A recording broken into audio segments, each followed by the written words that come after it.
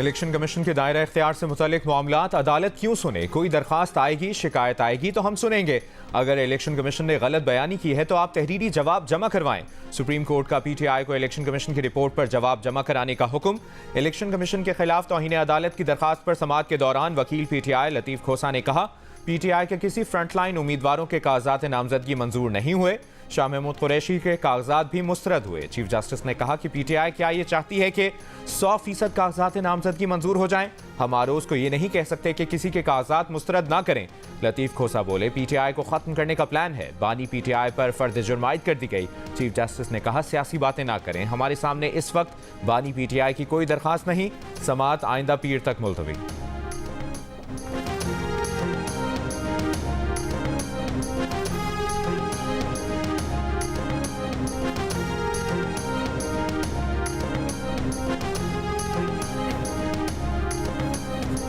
Supreme court का बल्ले के निशान के केस को 10 जनवरी को मुकर्रर करने का हुक्म। वकील PTI शुएब शाहीन ने लेवल प्लेइंग फील्ड केस की समाअत के दौरान कहा कि इस्तदा है कि आज ही केस समाअत के लिए मुकर्रर करके सुना जाए। कल पेशावर हाई कोर्ट में बल्ले के निशान से मुतालिक समाअत है। आज किसी भी वक्त केस की समाअत कर लें। चीफ जस्टिस ने कहा, हामिद खान कहाँ हैं? बुलाएं उनको। अगर आप उठकर कमरा अदालत आने की जहमत नहीं करेंगे तो हम क्या करें?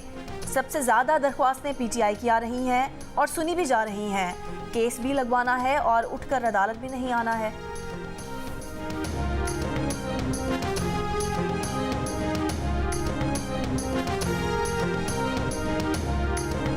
बज़ाहिर गैर ज़रूरी मालूमात को बुनियाद बनाकर उम्मीदवारों के कागजात नामजदगी मुस्तरद किए गए। हम रिटर्निंग अफसरान के खिलाफ कार्रवाई के लिए आगे बढ़ रहे हैं। इलेक्शन ट्रिब्यूनल सिंध के जस्टिस अदनानुल करीम का इलेक्शन कमीशन के नुमाइंदे से मुकालमा। उम्मीदवारों की अपीलों पर समाअत के दौरान सवाल किया। रिटर्निंग अफसरान को पहले तरबियत नहीं दी गई थी। नुमाइंदा इलेक्शन कमीशन ने कहा, रिटर्निंग अफसरान को 3 दिन की ट्रेनिंग दी है। NA 240 से MQM के उम्मीदवार अरशद वोहरा, NA 242 से आज़ाद उम्मीदवार अनवर तरीन की अपील मंजूर। रिटर्निंग अफसरान के फैसले का लदम करार दे दिए। उम्मीदवारों को इलेक्शन लड़ने की इजाजत दे दी।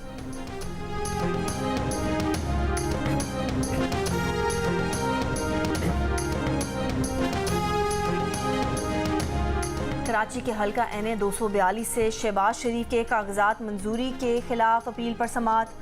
वकील इलेक्शन कमीशन ने कहा, एतराज़ कुनंदा का कहना है कि शहबाज शरीफ ने हक़ाइक़ छुपाए हैं। शहबाज शरीफ के वकील बोले कि स्टेट बैंक ने लिख दिया है कि शहबाज शरीफ ने बतौर वज़ीर आज़म कोई तनख्वाह नहीं ली। समाअत में कुछ देर के लिए वक्फा। NA 122 लाहौर से बानी PTI के कागजात नामजदगी मुस्तरद करने के खिलाफ अपील पर समाअत आज फिर होगी। NA 119 लाहौर से मरियम नवाज के कागजात की मंजूरी के खिलाफ अपील भी आज सुनी जाएगी।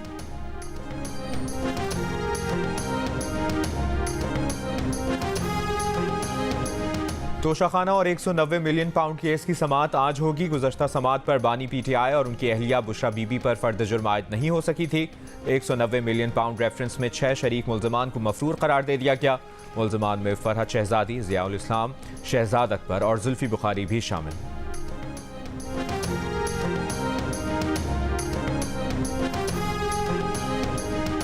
जुल्फ़िकार अली भुट्टो की फांसी के खिलाफ सदारती रेफरेंस की सुप्रीम कोर्ट में समाअत जारी। चीफ जस्टिस काजी फायज़ ईसा की सरबराही में 9 रुकनी लार्जर बेंच समाअत करेगा। जस्टिस सरदार तारिक, जस्टिस मंसूर अली शाह और जस्टिस याहिया अफरीदी बेंच में शामिल। जस्टिस अमीनुद्दीन, जस्टिस जमाल मंदखेल और जस्टिस मोहम्मद अली मजहर भी बेंच में होंगे। जस्टिस हसन अजहर रिजवी और जस्टिस मुसर्रत हिलाली भी 9 रुकनी बेंच का हिस्सा हैं। साबिक सदर आसिफ अली जरदारी ने यह रेफरेंस अप्रैल 2011 में दायर किया था।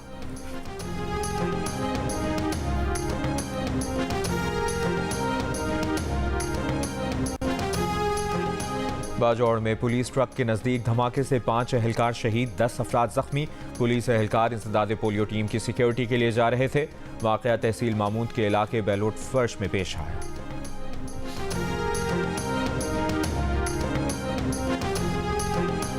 पेशावर कचहरी में फायरिंग से 3 अफराद जख्मी, मुलजिम गिरफ्तार। पुलिस का कहना है कि फायरिंग करने वाला वकील के लिबास में सेशन कोर्ट आया। फायरिंग ज़ाती दुश्मनी का वाक़या लगती है।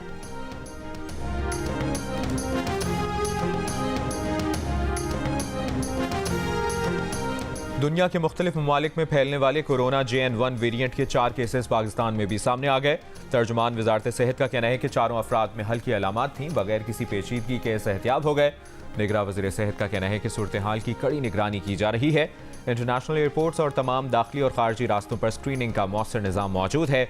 सर्दियों में कोविड या फ्लू जैसी बीमारियों के फैलाव से बचने के लिए मास्क, फासला और दीगर एहतियाती तदाबीर इख्तियार करें। बर्फबारी के बाद वादी ज़ियारत ने सफ़ेद चादर ओढ़ ली। आसमान से गिरते रुई के गालों ने वादी के हुस्न को चार चांद लगा दिए। दरख्त, घर और गाड़ियां बर्फ से ढक गए। शिमाली बलूचिस्तान में बर्फबारी और बारिश का दूसरा स्पेल। कान, मेहतरजई और तोबा काकड़ी में भी बर्फबारी। कोयटा में हल्की बारिश। चमन, किला अब्दुल्ला, पिशीन, मुस्लिम बाग, नोशकी और चागी में मूसलाधार बारिश। पहाड़ी नदी नालों में तुगयानी। आज बालाई खैबर पख्तूनख्वा, खिता पोटोहार, गिलगित बल्तिस्तान और कश्मीर में हल्की बारिश की पेशगोई। रावलपिंडी, इस्लामाबाद समेत पंजाब, केपी और बलाई सिंध में आज भी शदीद धुंध से फ्लाइट ऑपरेशन और ट्रैफिक मुतासर रही।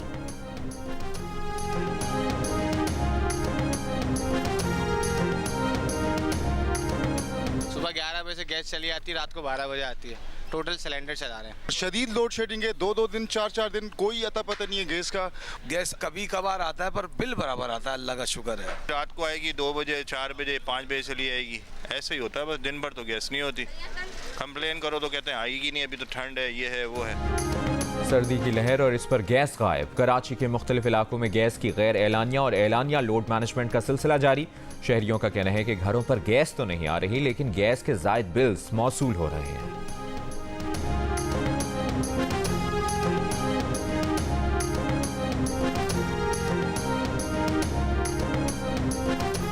इतवार की रात मुल्क के मुख्तलिफ हिस्सों में सोशल मीडिया सर्विसेज बुरी तरह मुतासर रहीं। सारिफीन को सोशल मीडिया फोरम्स के इस्तेमाल में दुश्वारी का सामना करना पड़ा। सर्विसेज मुतासर होने की वजूहात अब तक सामने नहीं आ सकी। क्या इमरान खान ज़ाती तौर पर 9 मई के वाक़े में मुलव्वस हैं? अगर हैं तो उसके सबूत क्यों नहीं सामने लाए जाते? अभी तक मेरे पास कोई स्पेसिफिक ऐसी इंफॉर्मेशन नहीं आई है जिसके मुतालिक मैं ये राय कायम कर सकूं। और राय कायम करने से कबल मैं समझता हूं कि ये एक जुडिशल प्रोसेस है। अगर वो इस नतीजे पे पहुंचें कि वाक़तन वो इसके मास्टरमाइंड थे, उन्होंने एग्जीक्यूट कराया था, नहीं कराया था, ज़ाहिर है उसके कॉन्सिक्वेंसेस तो आई होंगी ना। देखिए, इंटेलिजेंस रिपोर्ट्स आती हैं, मुख्तलिफ होती हैं, डाइवर्सिफाइड होती हैं, एट टाइम्स कन्फ्लिक्टिंग होती हैं।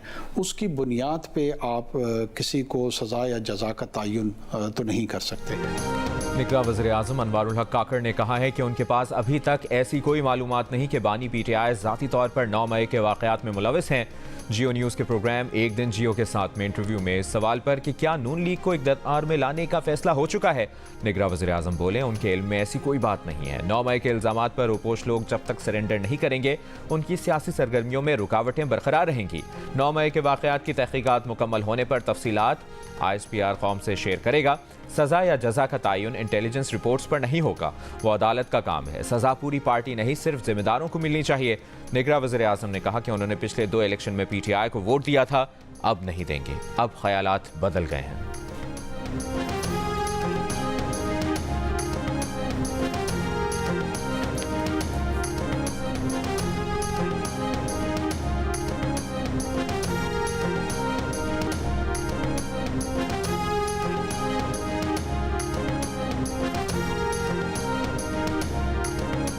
निगरान हुकूमत इसके लिए तैयार है कि PTI अक्सरियत से जीत जाए और उनको हुकूमत मुंतकिल हो जाए? देखिए, हम तैयार हों या ना हों, ये फ़ैसला तो पाकिस्तान के अवाम ने करना है। अगर वो इस तरह का फ़ैसला करेंगे तब भी हमें आईनी तौर पर उस आने वाली पार्लियामेंट जो भी हुकूमत साजी करती है उसको transfer of power peaceful means के ज़रिए करना है। और अगर किसी और की हुकूमत तश्कील पाती है उनको भी हमें ट्रांसफ़र करना पड़ेगा। हमारे पास तो कोई।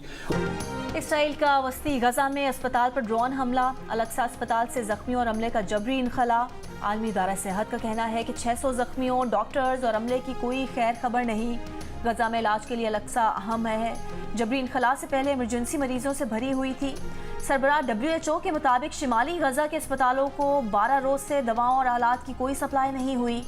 मगरबी किनारे में भी इसराइली फौज ने डॉक्टर और नर्स को गिरफ्तार कर लिया।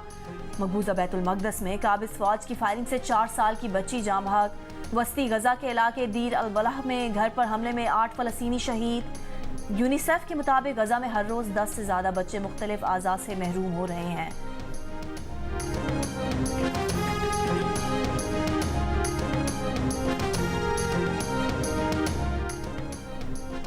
इसराइल का हिजबुल्लाह के हमले में अपने एयरबेस को भारी नुकसान पहुंचने का एतराफ़। शिमाली इसराइल में मैरून बेस पर हिजबुल्लाह ने 62 रॉकेट दागे थे। इसराइली अखबार का कहना है कि इसराइल के पास हिजबुल्लाह के एंटी टैंक रॉकेट का कोई तोड़ नहीं। हिजबुल्लाह का इसराइली कस्बे अल-मतला के नज़दीक इसराइली फ़ौजियों पर मिसाइल हमला, मुतअद्दिद इसराइली फ़ौजियों के हलाक और ज़ख्मी होने की इतला।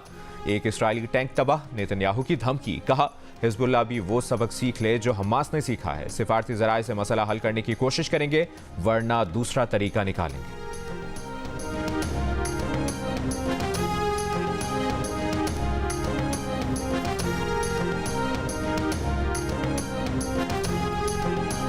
गाजा जंग के खित्ते में बढ़ते असरात। अमरीकी वजीर खारजा दौरे मशरिक़ वुस्ता में उर्दन के बाद कतर पहुंच गए। कतरी अमीर से मुलाकात। कतरी हम मनसब के साथ प्रेस कॉन्फ्रेंस में कहा कि हौसियों के हमले के बाद मैरीटाइम सिक्योरिटी का दिफा जारी रखेंगे।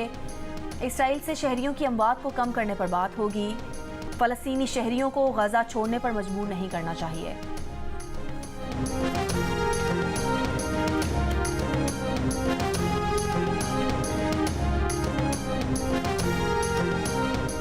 JUIFA के सरबराह मौलाना फजल रहमान की काबुल में अफगान नायब वज़ीर आज़म बराए सियासी उमूर मौलवी अब्दुल कबीर से मुलाकात। JUIFA के मुताबिक मौलाना फजल रहमान ने मसाइल को बातचीत के जरिए हल करने पर जोर दिया। मौलवी अब्दुल कबीर ने कहा कि अफगान सरजमीन किसी के खिलाफ इस्तेमाल करने की किसी को इजाज़त नहीं देंगे। अफगान मुहाजिरीन से हुस्न सलूक और अफगानों की मदद पर पाकिस्तान के शुक्रगुजार हैं। मुलाकात में अफगानिस्तान में पाकिस्तानी मिशन के सरबराह उबैदुर रहमान निज़ामानी भी मौजूद थे।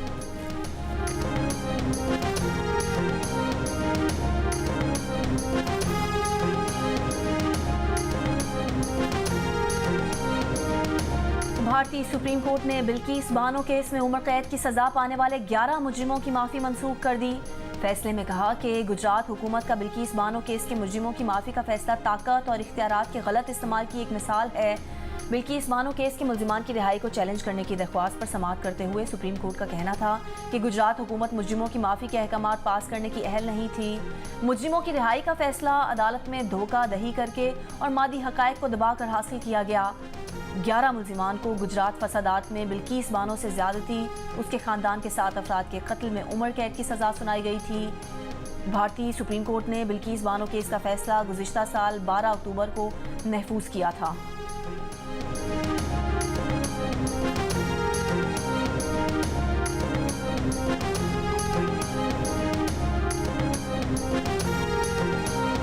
बांग्लादेश में इंतखाबात, वज़ीर आज़म शेख हसीना वाजिद की जमात अवामी लीग कामयाब। बांग्लादेशी तर्जुमान इलेक्शन कमीशन का कहना है कि अवामी लीग ने 300 से ज़ायद नशिस्तों वाली पार्लियामेंट में 220 नशिस्तें हासिल की।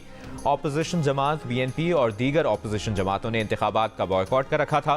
गुज़श्ता रोज़ हुई पोलिंग के दौरान मुल्क भर में मुतादिद मकामात पर हंगामा आई, दर्जनों अफराद जख्मी हुए। पुलिस ने ऑपोजिशन के चंद कारकुनों को गिरफ्तार भी किया। 76 साला शेख हसीना वाजिद 2009 से बांग्लादेश की वज़ीर आज़म।